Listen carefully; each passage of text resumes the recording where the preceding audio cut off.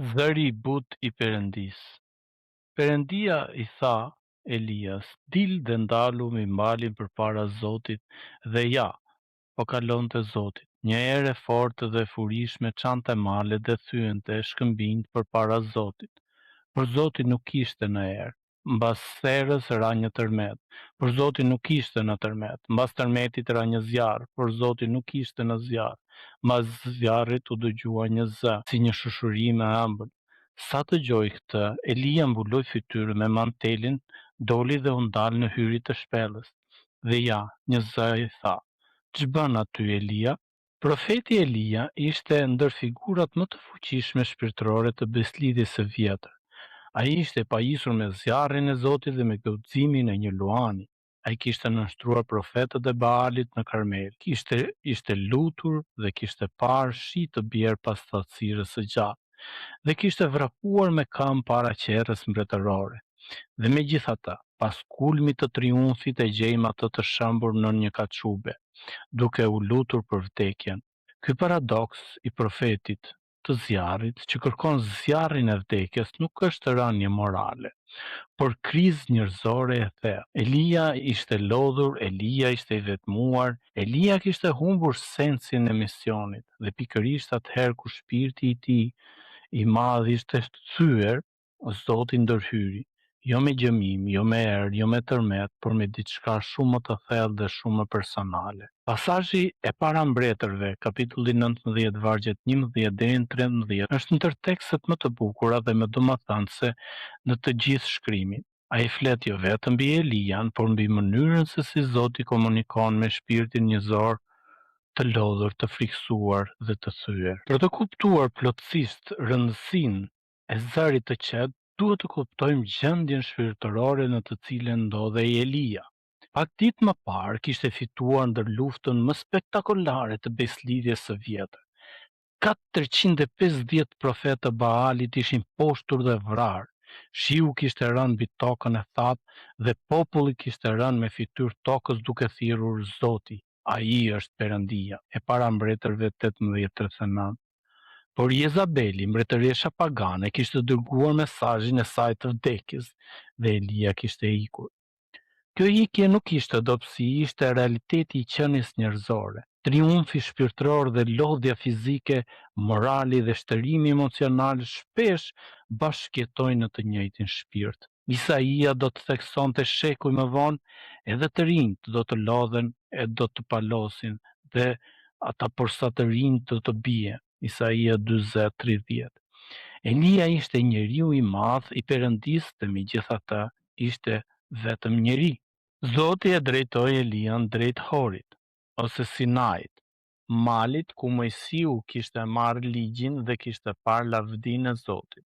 Ky udhëtim prej 40 ditësh me bukë e ujë të siguruar nga angjëlli nuk ishte rast, ishte një zgjedhje teologjike.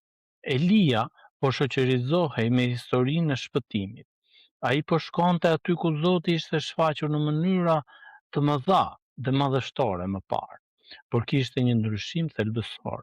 Mojsiu kishte shkuar në Sinai për të marrë ligjin, Elia shkoi në Hora duke kërkuar vdekjen, dhe Zoti, në dëmshuri të pafundme, nuk e flak këtë profet të dëshpëruar, por e priti atë atje dhe i foli atij, dhe ky është karakteri i Zotit, ai takon shërbëtorët e lodhur aty ku janë, jo aty ku duhet të jenë. Perëndia i flet Elias. Para dukuri ishte era e madhe dhe e fortë që çante malet dhe thyente shkëmbinjt. Ky është një gjuhë tefanisë klasike të beslidhjes së vjetër. Te Eksodi kapitulli 19, vargjet 16 dhe 19, Zoti shfaqet në Sinai, shoqërohej me vetëtima, erë dhe zhurmë. Psalmisti lavdëron Zotin që ecën mbi krahët e erës. Psalmi 104, vargu 3. Era është simboli i fuqisë hyjnore, e padukshme, e papërmbajtshme, e frikshme. Por teksti thot me thjeshtësi mahnitse, Zoti nuk është në erë. Ky mohim nuk është heqje e Zotit nga natyra, por është një korrigjim i pritjeve. Elia, si dhe shumë besimtar, ndoshta e priste Zotin në demonstrimin e fuqisë absolute. Ai kishte parë zjarrin, Zotin që kishte Djegur altarin dhe ujë në Karmel. Ai dinte se Zoti mund të vepronte me fuqi kozmike, megjithatë Zoti nuk ishte atje. Pas herës erdhi tërmeti. Edhe kjo dukuri kishte precedent të mëdhenj teologjik. Tërmetët shoqëronin shfaqjet hyjnore si shenjë autoritetit absolut mbi krijimin. Po të lexojmë Psalmin 68:8, Isaia 29:6, Hagai 2:6, tregojnë për këto gjëra. Të gjendesh pranë tërmetit është të ndihesh i vogël, të humbasësh orientimin, të kuptosh se toka nuk është e sigurt. Elia i stërlodhur nga persekutimi ndoshta priste tërmetin si shenjë të gjykimit ndaj armiqve të tij. Por edhe tërmeti kaloi bosh. Zoti nuk ishte tek tërmeti, mesazhi po thellohej. Zoti nuk erdhi as në rrëmbimin e shpejtë të gjërave, as në lëkundje dramatike të ekuilibrit, mënyra e tij ishte tjetër.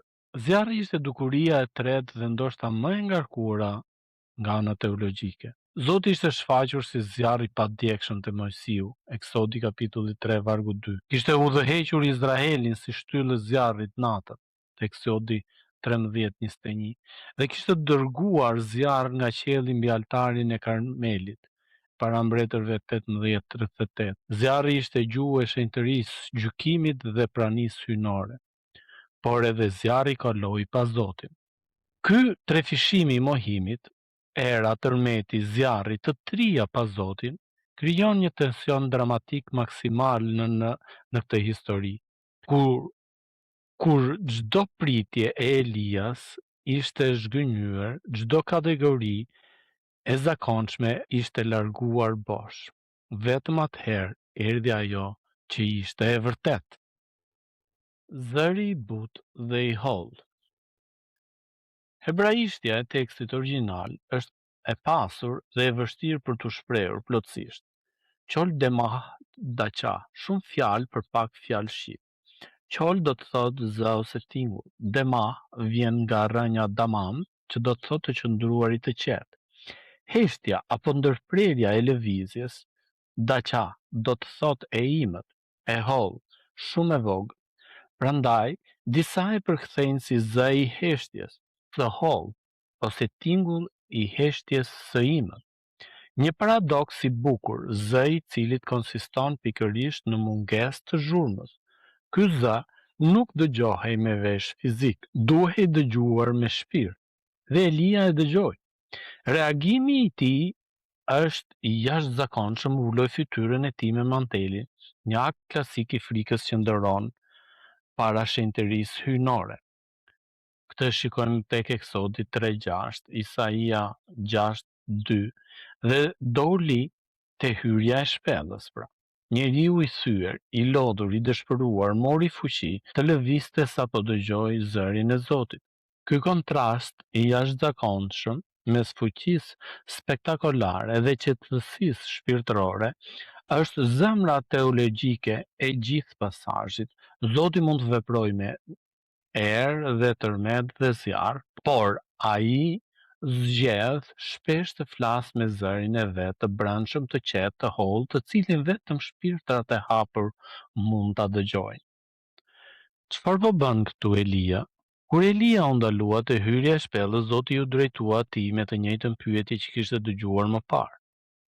Çfarë po bën këtu Elia?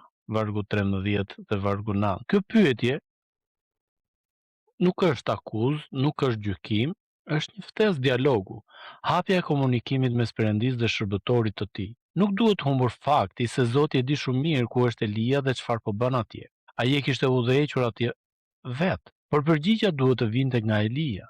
Shpirtrat e lënduar shpesh kanë nevojë të flasin para se të dëgjojnë. Zoti nuk ndërhyri me prerje të gjatë teologjike mbi krizën e Elias. Ai i dha hapësirë të shprehej. Elia ju përgjigj me të njëjtët fjalë. Ai u përgjigj: Unë nxita nga një zili e madhe për Zotin, për Perëndinë e ushtrive, sepse bijtë e Izraelit kanë braktisur beslidhjen tënde, kanë prishur altarët dhe kanë vrarë me shpatë profetët e tu. Kam mbetur vetëm unë, dhe ata përpiqen të më vrasin. Perëndia nuk e kundërvuri menjëherë me argumenta, ai e udhëzoi Elian drejt veprimeve praktike. Vajose Hazalin, vajose Jehun, vajose Eliseu. dhe pastaj i dhuroi perspektivën. Unë kam lënë në Izrael 7.000 veta, të gjithë ata, gjurit të cilëve nuk janë ulur përpara Baalit. Elia nuk ishte i vetmi, nuk ishte qenë kurrë.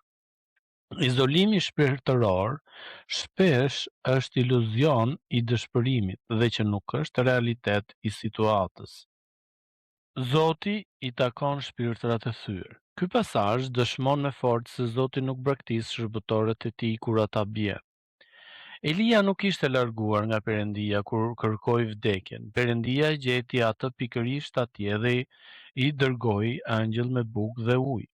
Pastaj e udhëzoi drejt takimit të vërtet shpirtëror. Psalmisti e konfirmon këtë tek Psalmi 34:18 dhe thotë Zoti është afër atyre që kanë zemrën e thyrë. Kjo është e rëndësishme jashtëzakonisht për ata që i shërbejnë Zotit. Lodhja shpirtërore, dëshpërimi, ndjesia e braktisjes, këto nuk janë shenja të mungesës së hirit, por shpesh janë kushtet pikërisht kur hiri shfaqet më qartë, do të thoshte St. Louis. Zoti qëndron në krah, jo kur ndihemi mirë, por kur na duhet më shumë. Epoka jon është e fiksuar me spektaklin, grumbullimet masive, mrekullitë e jashtëzakonshme, manifestimet e fuqishme.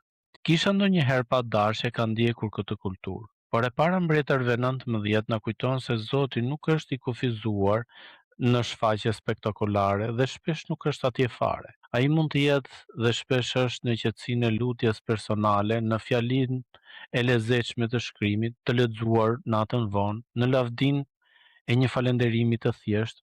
Kjo nuk nënkupton se Zoti nuk vepron me fuqi. Historia biblike është plot me ndërhyrje spektakolare, por nënkupton se besimtari nuk duhet të presë gjithnjë erën dhe tërmetin dhe zjarrin si konfirmimin e pranisë hyjnore. Të dëgjosh Perëndin do të thotë të jesh i qetë.